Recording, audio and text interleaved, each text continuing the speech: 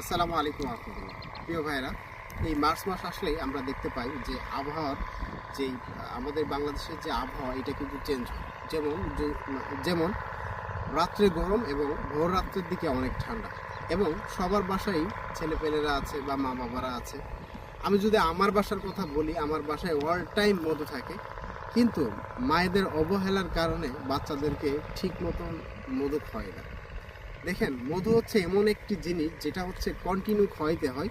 আমরা মনে করি কি ঠান্ডা কাশি লাগলে মধু খেলেই মনে হয় ঠান্ডা কাশিটা চলে যাবে। আসলে বিষয়টা এমন না। মধু কিন্তু একটা মেডিসিন, মানে একটা প্রাকৃতিক মেডিসিন, যেটা নিয়মিত সেবনে আপনার শুধু ঠান্ডা না, আপনার পুরো শরীরটাই মেকানিজমের কাজ করে এবং সুস্থ রাখে। তো আমি আপনাদেরকে বলতে চাই, দেখেন এই মার্চ মাসে এসে যাদের শরীরটা একটু অসুস্থ, আপনাদের আবার প্রশ্নও থাকে যে সাইদ ভাই কোন মধুটা দিলে সব থেকে ভালো হবে, আমার ছেলের প্রচণ্ড ঠান্ডা লাগছে। আপনাদেরকে আমি বলবো, দেখেন এখন অলরেডি এই যে কালোজিরা ফুলের মধু কিন্তু বাজারে চলে এসছে, এবং খুবই মানে ভালো কোয়ালিটির ভালো মানের কালোজিরার মধু কিন্তু আমরা সংগ্রহ করেছি।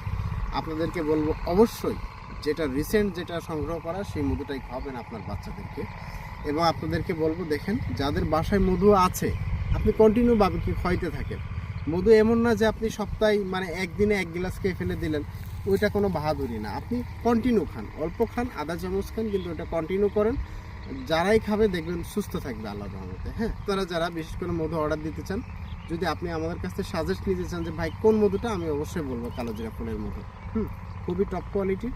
এই 26 সাল এসে মানে খুব ভালো মানের একটা মধু পাওয়া গেছে ইনশাল্লাহ। যারাই অর্ডার দিতে চান আমাদের এই হোয়াটসঅ্যাপ নাম্বারে নক করলে বিস্তারিত অর্ডার দেওয়ার যে প্রসেসিং এটা জানিয়ে দেবো, এবং অর্ডার দেওয়ার জন্য 1 টাকা আপনার অগ্রিম পেমেন্ট করা লাগবে।